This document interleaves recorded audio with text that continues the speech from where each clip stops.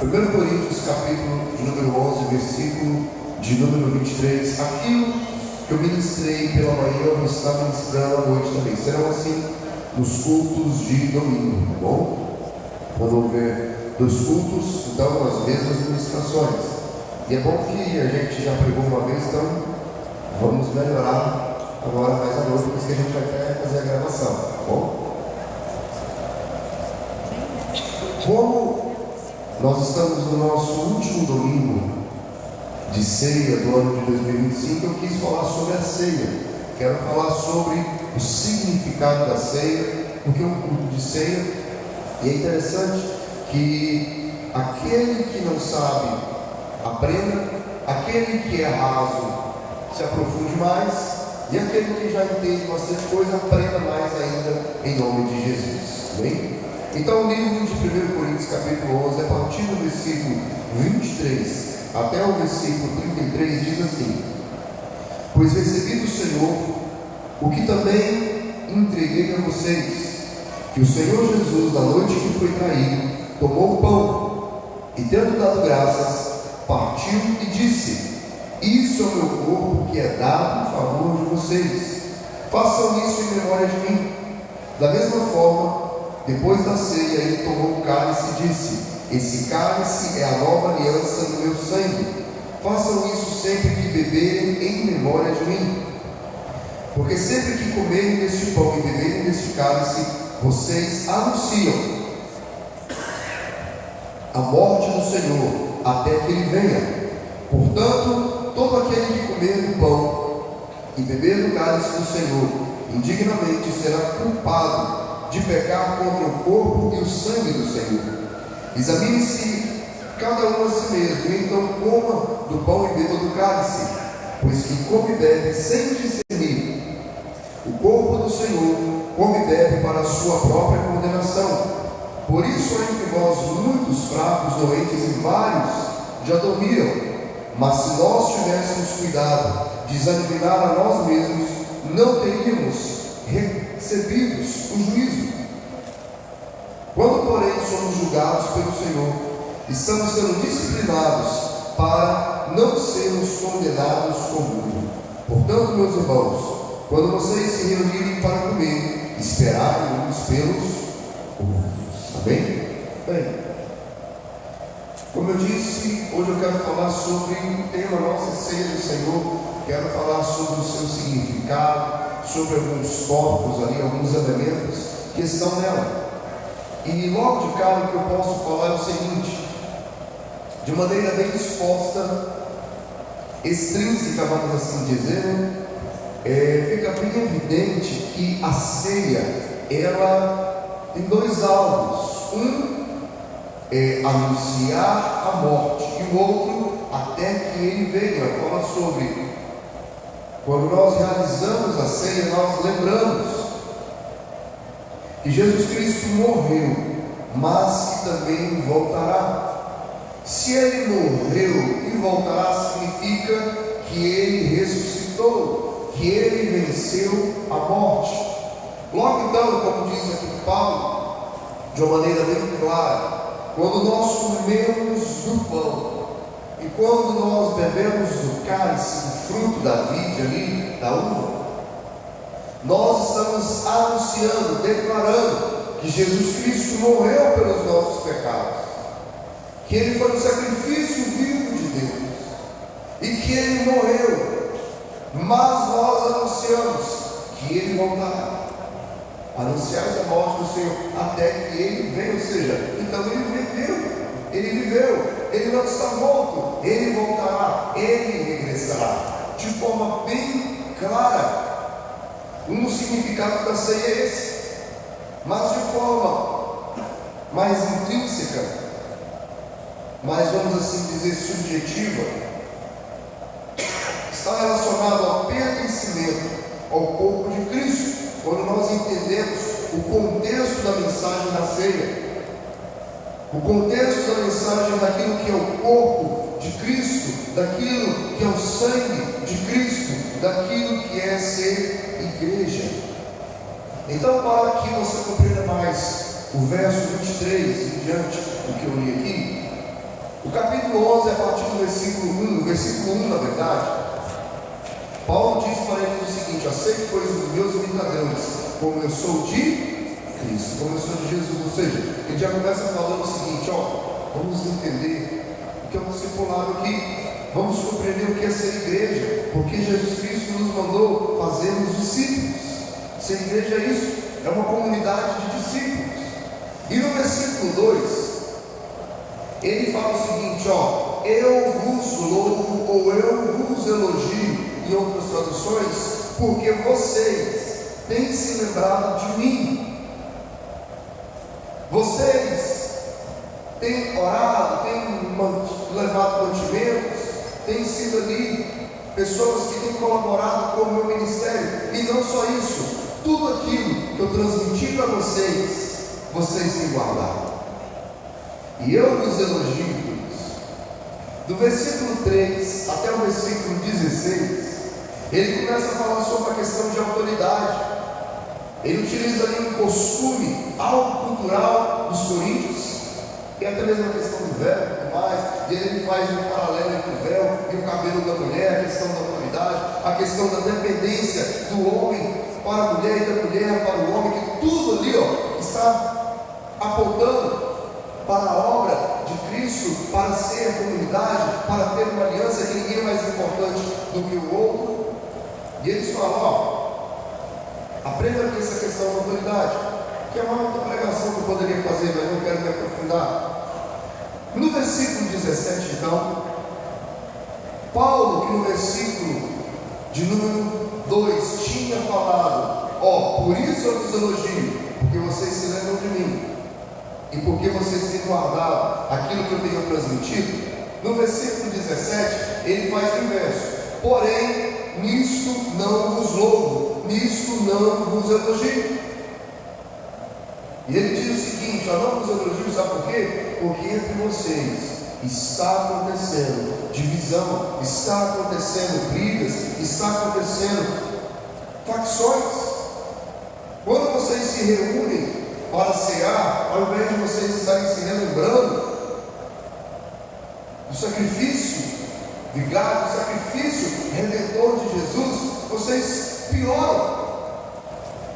Vocês não estão compreendendo que é o corpo de Cristo. E aquele que tem alguma coisa não quer repartir com o outro, porque a ceia nessa época aqui, biblicamente falando, seria algo como mais ou menos a gente vai fazer na virada de ano. Muitos levam ali o alimento, e as pessoas naquela época levavam pão, e eles levavam muito pão. Tinha outros que não tinham condições e não levavam.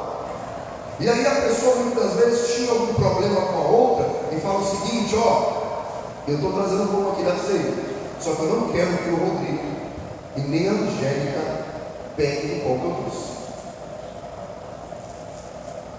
O negócio é o seguinte: estou trazendo aqui o vinho, viu? Só que o alicerce não pode tomar. Se ele tomar, eu pego aqui as minhas coisas e vou embora agora. E o que as pessoas faziam para aquela pessoa, que era o desafeto dele, não comer? Ia lá e comia tudo e não deixava nada para o outro. E alguns faziam com tanto desaforo que a Paulo fala o seguinte: um de vocês comem tanto que chegam até a ficar bêbado, até embriagado, para não deixar o outro comer. E quando um está quase passando fome, o outro está lá embriagado. E fala: vocês estão tendo noção daquilo que vocês estão fazendo na ceia do Senhor, não? Vocês não estão discernindo o corpo de Cristo? E aí então, a partir do versículo 23, que foi o versículo que nós iniciamos a nossa leitura aqui no início da pregação, ele começa a falar então do significado da ceia para eles. E eu quero falar também de alguns pontos do qual Paulo aqui traz. E uma das coisas que nós aprendemos é que é uma ordem de Jesus, porque Paulo fala o seguinte: fazer isso. Lembra-se que Jesus falou: fazer isso. Eu já vi pessoas, alguns livros na verdade, falando que a ceia foi uma coisa somente para a época de Jesus, que não existe mais hoje em dia para a nossa época. Mas isso é um equívoco, porque nós vamos o apóstolo Paulo, ensinando a igreja a cear. Não foi só algo ali no cenáculo com Jesus mais os seus 12 discípulos, não. Foi algo que a igreja do Senhor Jesus fez. Foi o mandamento de Jesus para a igreja. Então nós devemos participar deste momento memorial, que é a ceia do Senhor. Então o primeiro ponto é que a ceia do Senhor é um memorial. Em lugar de as Escrituras diz que o pão e o vinho, eu sempre falo isso aqui, que o pão e o vinho vai se transformar literalmente no corpo e no sangue de Jesus. Não tem essa de você colocar o pão na boca e de repente, quando está descendo, ele se transforma num pedaço de carne humana de Jesus. Ou quando você está bebendo do vinho, do suco de uva, aqui no nosso caso, ele vai se transformar no sangue literalmente. Acontece a transubstanciação. Primeiro que isso aí seria uma quebra de regras, de paradigmas, de coisas que são contidas na palavra de Deus. Deus fala desde o começo que nós não podemos ingerir sangue, nem de animal, quanto mais humano. Nós não podemos sacrificar seres humanos. A palavra de Deus mesmo diz a vocês: não tem nenhum som na minha cabeça fazer sacrifícios humanos e de repente nós vamos estar comendo literalmente a carne humana, fazendo algo canibalesco. Não tem sentido isso. O pão e o vinho nada mais são do que uma memória. Por isso Jesus falou: fazer isso em memória de mim. Quem está me entendendo? Então o pão vai continuar sendo pão, e o suco de uva aqui vai continuar sendo suco de uva, mas eles são para memória. A memória que nós temos, mas não deixa de ter um contexto espiritual. Ela não é apenas algo simbólico ou meramente ritualístico, mas ela também, como memorial, ela traz consigo no sentido espiritual, que mais à frente eu vou estar falando. Mas eu quero que você compreenda isso, que a ceia é o momento de nos lembrarmos, e também não é o momento de nós sacrificarmos ao Senhor, porque a palavra de Deus diz em Hebreus que o sacrifício de Jesus foi perfeito. O sacerdote, ano após ano, quando ele matava animais, o sacerdote levítico, ele tinha que sacrificar outra vez, porque o sacrifício não era perfeito. Mas Jesus Cristo, quando se sacrificou uma vez só, não precisa mais, porque o sacrifício dele foi perfeito.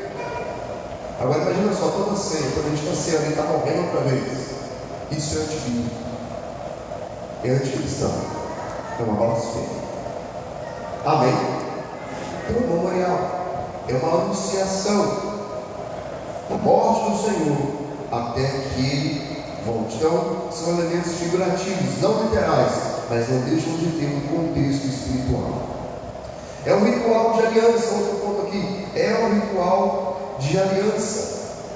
Nós vemos que no Velho Testamento, lá em Gênesis, Abraão, ele teve um encontro com um rei de justiça chamado Melquisedeque. Ele era rei e sacerdote do Deus Altíssimo. E quando ele se encontra com Abraão, logo depois que Abraão teve uma vitória expressiva ante alguns reis, ali com seus despojos, a Bíblia diz que ele dá o dízimo de tudo a Melquisedeque. Melquisedeque o abençoa. Só que naquele momento, o que eles fazem? Eles ceiam, porque Melquisedeque leva ali pão e vinho. E a Bíblia diz que o sacerdócio de Jesus Cristo é um sacerdócio não de Levi, mas é um sacerdócio segundo a ordem de Melquisedeque, porque é um rei e sacerdote. Não é só rei e não é só sacerdote, é rei e sacerdote. Amém? Então, aquilo que Melquisedeque, aquele rei de justiça, aquele rei e sacerdote de Deus Altíssimo, fez com Abraão, foi a primeira ceia. E nós, como Abraão, somos filhos de Abraão. Mediante a fé é que somos salvos, mediante a fé é que somos justificados. Então, mediante a fé, como Abraão ceou, nós também ceamos. Nós compreendemos que o nosso sacerdote, ele é rei e sacerdote, não da tribo de Levi, mas da tribo de Judá. Amém? É o leão de Judá que vai ser. E tem que ter um sentido também ritualístico. Ele tem um sentido de aliança. É um ritual de aliança para nós relembrarmos que temos uma aliança com Jesus, que nós temos uma aliança com Ele. Em João, Evangelho de João, capítulo 6, do versículo 53 ao 56, diz assim: em verdade vos digo, se não comerdes a carne do Filho do Homem, e não beberdes do seu sangue, não tendes vidas em vós mesmos. Quem comer da minha carne e beber do meu sangue tem a vida eterna, e eu o ressuscitarei no último dia, pois a minha carne é verdadeira comida e o meu sangue verdadeira bebida. Quem comer da minha carne e beber do meu sangue permanece em mim e eu nele. Veja, é óbvio que Jesus não estava falando em comer a carne dele literalmente, nem beber o sangue dele literalmente, como eu acabei de falar aqui. Estou recapitulando. Mas ele está falando aqui o seguinte, a ceia, quem está participando, ele tem a consciência que nós temos uma aliança. Amém? Nós temos uma aliança. Que nós temos ali um contato com o outro. Não é porque nós casamos, por exemplo, quem é casado aqui vai entender o que eu vou falar. O dia do casamento é o dia que nós estamos ali selando uma aliança, não é? Vem ali, coloca a aliança com medo, de ouro e tudo mais. Mas é só isso? Depois disso ninguém mais lembra que é casado? Não, vira e mexe, a gente tem que se lembrar que é casado. Quando chega o aniversário de casamento, a gente se lembra que é casado. Essa semana mesmo eu vou fazer 20 anos de casado. E já marquei com a minha esposa, a gente ia ali para algum lugar, para pousar, para ficar tranquilo, para renovar os votos. E a ceia nada mais é também do que uma renovação dos nossos votos, do nosso pacto, de uma relembração que somos pertencentes a Jesus. Amém? Veja, muitas pessoas fazem de tudo para correr dessa aliança. Porque quando Jesus Cristo deu essa palavra aqui, quando Jesus Cristo deu essa mensagem que eu acabei de ler aqui de João, capítulo 6, foi na hora que muitos abandonaram ele. É óbvio que pode ser que alguns entenderam que ali era literal, mas outros podem entender também que não era bem literal. Mas mesmo assim, não quiseram ter uma aliança. Nós não podemos ficar com medo de sermos. Amém? Tem muitas pessoas que não se batizam, falam, não batizado na paixão, estou pronto para cear. Gente, pelo amor de Deus, nós não podemos ficar colocando um prazo para termos uma aliança com Deus, porque pode ser tarde demais. Amém? A ceia também é um tempo de comunhão. No tempo apostólico, as ceias eram também chamadas de ágapes ou festas de amor, como em Judas versículo 12, o que reflete parte do seu propósito. Aqui a expressão é corpo, ou seja, quando nós cearmos, estamos em um corpo. A ceia não se faz sozinho, a ceia se faz em comunidade, a ceia se faz em lugar de comunhão. Então, um local para nós nos lembrarmos do que é ser igreja e andarmos em unidade. Amém? A ceia também é um ato de consequências espirituais. A ceia é um ato de consequência de bênção ou também que pode ser de juízo. E em 1 Coríntios, capítulo 10, versículo 16, a Bíblia nos diz assim: porventura o cálice da bênção que abençoamos não é a comunhão do sangue de Cristo? O pão que partimos não é a comunhão do corpo de Cristo? Veja, o termo cálice da bênção aqui não é no sentido figurado, mas é real. A ceia nos traz bênçãos espirituais. Quando nós ceamos, nós estamos sendo abençoados. Como eu disse, a ceia não é meramente ou somente um símbolo, ou um ritual, ou um memorial. Ela traz consigo também algo espiritual. Porque quando ceamos, quando pegamos ali o cálice e tomamos, nós lembramos que foi pelo sangue de Jesus que fomos comprados. Tem um sentido de redenção, tem um sentido de promessa, tem um sentido de algo que nós vamos receber, que é sermos reis e sacerdotes, reinar com Ele eternamente. Pelo sangue de Jesus nós temos a confiança em que os nossos pecados foram perdoados. Pelo sangue de Jesus nós temos a confiança que sobre nós não há mais condenação, porque estamos nele. É Ele que nos justifica, e se Ele nos justifica, quem nos condenará? Amém? Quando seremos, nós lembramos da bênção que foi o corpo dele ali. Através do corpo de Cristo nós temos paz. A Bíblia nos diz que o castigo que foi colocado sobre o corpo dele, ele foi moído pelas nossas transgressões, ferido pelas nossas pisaduras, mas o castigo que ele suportou nos traz paz. Como diz o livro de Isaías 53, versículo 3 e 4. Nos traz paz, 4 e 5, perdão. É uma obra redentora, no qual nós temos a confiança em dizer o seguinte, porque Jesus Cristo recebeu aqueles pregos nas mãos, pregos nos pés, recebeu sobre si, sobre a sua cabeça, uma coroa de espinhos, foi traspassado. Eu tenho confiança em declarar, Senhor Jesus, cura, porque Ele tomou sobre si as minhas enfermidades. Eu posso orar uns pelos outros e profetizar cura da alma, do físico, porque eu sei que todas essas enfermidades que nós enfermamos, Ele levou sobre si, e pelo nome de Jesus, aquele que tem fé pode ser curado. Ele mesmo disse: imporão as mãos sobre os enfermos e eles serão curados. Tudo quanto pedires em meu nome, crendo, receberemos. Isso aí é por causa da obra redentora de Jesus, é pelo seu sangue vertido ali na cruz. Amém? É pelo sangue de Cristo. Então a ceia do Senhor deve ser um momento especial de comunhão, de reflexão, de devoção e fé e adoração, tudo sendo feito com coração e com reverência, sabendo das consequências espirituais de Deus. Mas também nós temos que entender que, a não discernirmos a ceia, podemos incorrer em juízo. Veja, o texto que nós lemos aqui em 1 Coríntios capítulo 11, mas agora no versículo 27 ao 32, o que diz?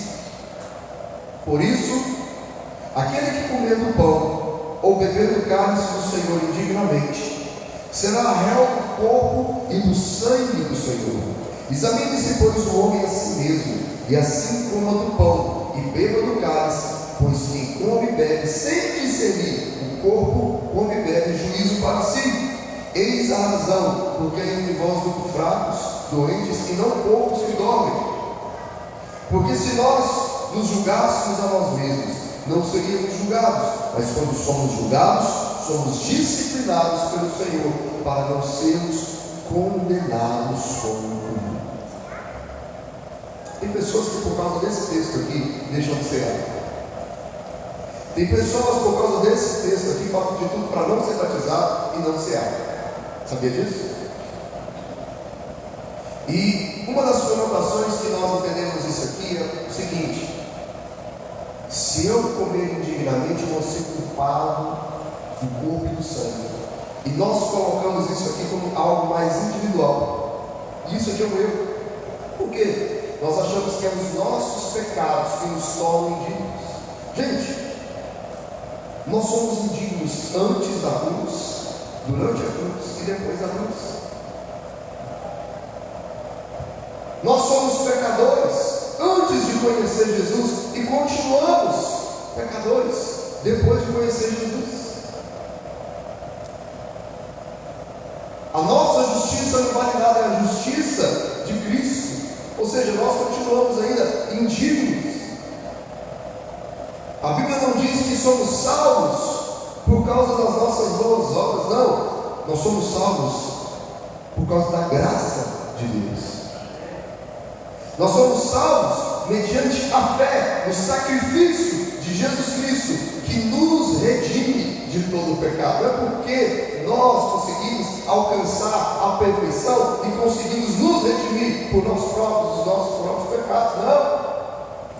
Então esse papo de dizer algo, você hoje porque eu pequei. Só de você ter acordado hoje, você deve ter pecado.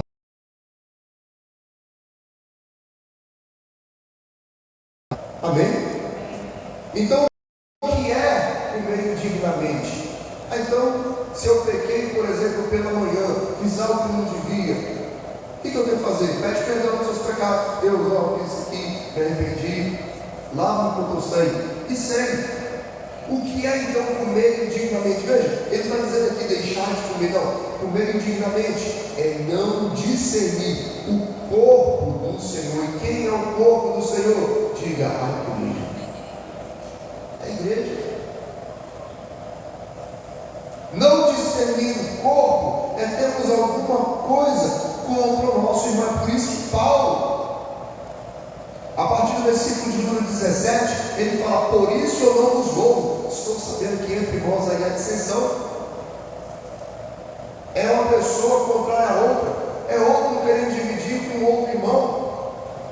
Leva a ceia, mas em vez de estar no momento de culto, em adoração a Deus, o diabo está ali no meio de vocês, trazendo ódio, trazendo facção, trazendo grupinhos. Vocês não entenderam o que é ser igreja. Vocês não entenderam o que é o corpo de Jesus. Você não entendeu que a pessoa que está na sua frente, ela é filho, é filha de Deus.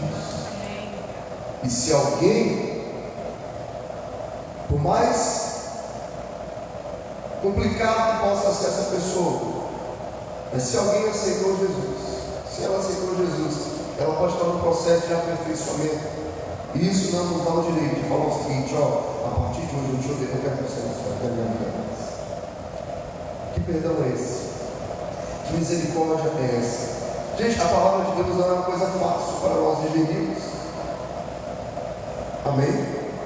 Talvez aquela pessoa falou alguma coisa, fez alguma coisa, mas nós temos que aprender. Poxa vida, ele é um cristão, ele é um crente, então eu vou até ele. Vou seguir o exemplo que Jesus nos deu no Evangelho de Mateus capítulo 18 em diante. Eu vou até meu irmão e falar: meu irmão, aquilo que você falou, ou aquilo que você fez, eu não gostei, mas eu estou aqui para te liberar perdão e não quero guardar isso no coração. Amém. Ah, não quero saber, quando eu fiz isso mesmo e faço de novo, porque eu não gosto da sua cara. A minha parte eu fiz, então agora eu continuo. É isso que a Bíblia nos ensina. Nós não podemos ter contendas com o corpo de Cristo. Amém? Porque você vai estar pecando, não é um pecado individual seu. Você fica pensando ali, ó, estamos na comunidade. Imagina se eu chego aqui um dia, aí tem os líderes, tem os voluntários, porque é um voluntário fazendo uma coisa, mas um não gosta de mim, outro não gosta de outro, não sei o que lá mais.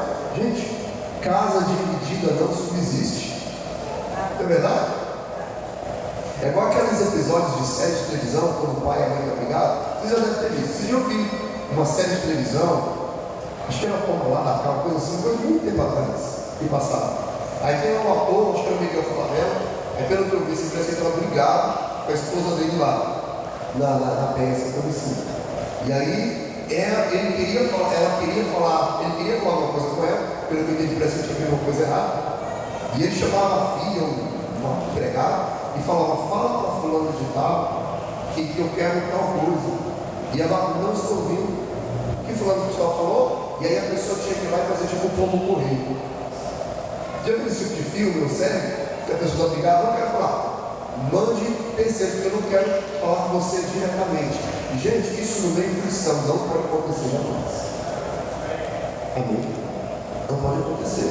Porque isso gera juízo. Isso gera condenação, isso gera desunião.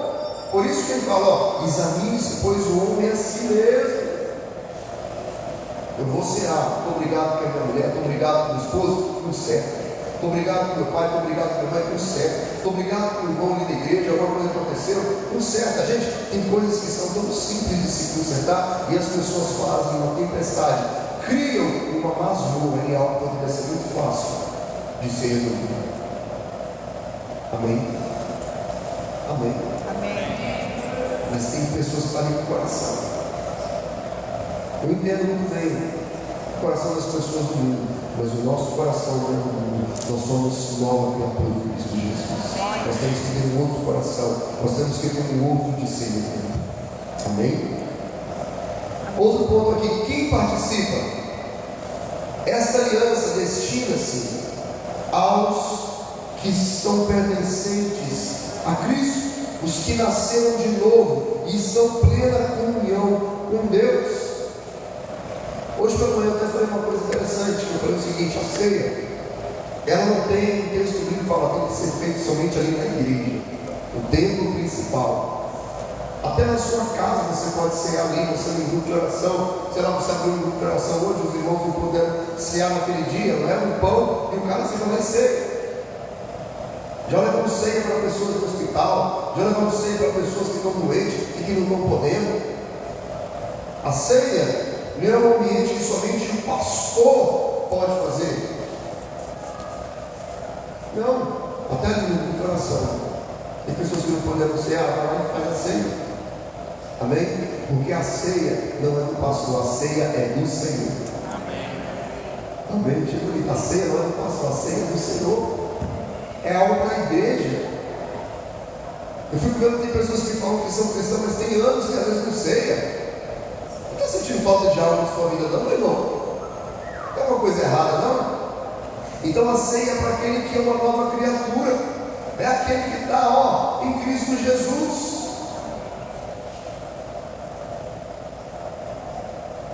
E tem pessoas que ficam pensando: não sei se eu vou ser uma gente. Ceia. Se até Judas Iscariote ceava. Quer saber que Judas Iscariote ceou? Ele estava lá quando Jesus estava servindo. Judas Iscariote foi até nos que teve uma profecia que ele estaria sentado sobre os 12 tronos. A ceia é algo que nós devemos fazer. É um sinal de pertencimento. Agora a pessoa que está evitando até isso, até Judas Iscariote. Está entendendo a gravidade da situação? Nós temos que cear. Nós não podemos achar que é uma coisa simples, uma coisa banal, uma coisa que pode ser deixada de lado. É um símbolo muito forte que traz bênçãos espirituais, mas também pode trazer juízo. A pessoa que fala: não quero cear, porque eu estou com isso no meu coração, então agora eu entendi, eu estou com alguma coisa contra o corpo de Cristo. Você mesmo está se julgando com o seguinte: eu não sou pertencente ao corpo de Jesus. Mas aquele que está em Cristo Jesus, ele é nova criatura. Amém, Jesus, glória a Deus. E aquele coração duro, aquele orgulho, tudo foi deixado de lado. Amém. Amém. Uma das coisas que Deus faz para a gente é fazer a gente quebrar o orgulho. Hoje pela manhã eu falei: gente, tem horas que eu falo: não, está tudo bem na minha vida. Eu não estou falando bobagem, não estou fazendo nada, está tudo bem, nossa, está tudo bem. E de uma maneira subliminar, parece, né, que a gente fica se achando igual aquele fariseu, né? Estou bem, eu sou um publicano, né? E aí parece que Deus permite você dar uma vacilada e você fala algo, ou faz algo que não devia, e de repente você lembra: oh meu Deus, é Deus quebrando meu orgulho, é Deus mandando eu pedir perdão, é Deus mostrando que eu sou nada, é Deus mostrando que a minha natureza, o bem que eu quero fazer, se eu não faço. É para mostrar, para ver se eu vou ser crente agora ou se eu não vou ser crente. Amém? Mas como diz aqui em 2 Coríntios capítulo 5, versículo 17: aqueles que estão em Cristo Jesus são novas criaturas. Amém, Jesus. As coisas velhas se passaram, eis que tudo se fez novo. Nós somos de Cristo. E aquele que é de Cristo está crucificado com ele na cruz. E a vida que nós vivemos hoje, nós vivemos no Filho de Deus. Amém? Continua aqui para a gente terminar mais 5 minutinhos apenas. Onde acontece? Como eu falei, não há um lugar determinado. Pode acontecer em qualquer lugar. E quando acontece? A Bíblia também não traz uma palavra falando: tem que acontecer uma vez cada mês, ou uma vez por semana, ou uma vez por ano. Não tem algo bem claro.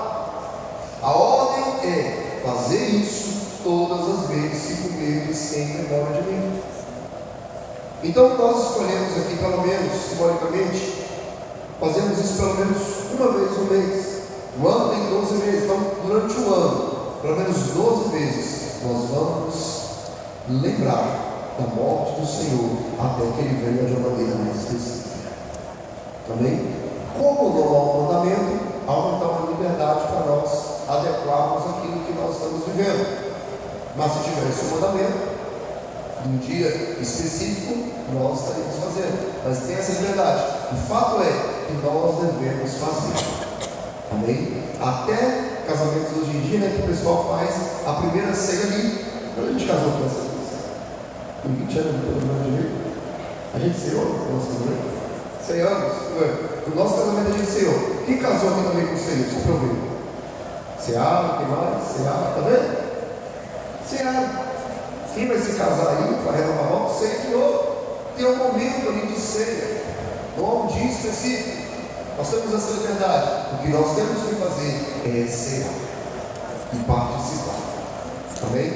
Então, eu queria deixar aqui essa mensagem para você compreender o significado da ceia, o significado do que é comer indignamente, que não tem nada a ver com o seu pecado do dia, porque o seu pecado do dia, o seu pecado da semana, é só você levantar a sua voz e falar: Senhor, eu me arrependo, e está perdoado no nome de Jesus.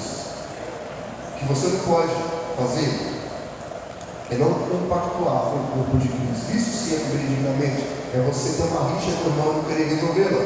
Nós, se queremos ser uma igreja que vai explodir nessa geração, uma igreja que vai ter cultos cheios tanto de manhã como à noite, nós temos que ser uma igreja que entende o que esse texto que eu li, mas também entende aquilo que está escrito ali, em 2 Coríntios capítulo 5, versículo 17, aquilo que está escrito ali no Evangelho de Mateus capítulo 18.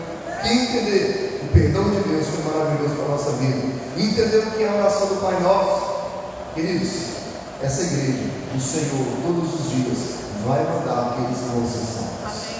Quem crê diz, diga amém. Vamos colocar de pé, então, por favor.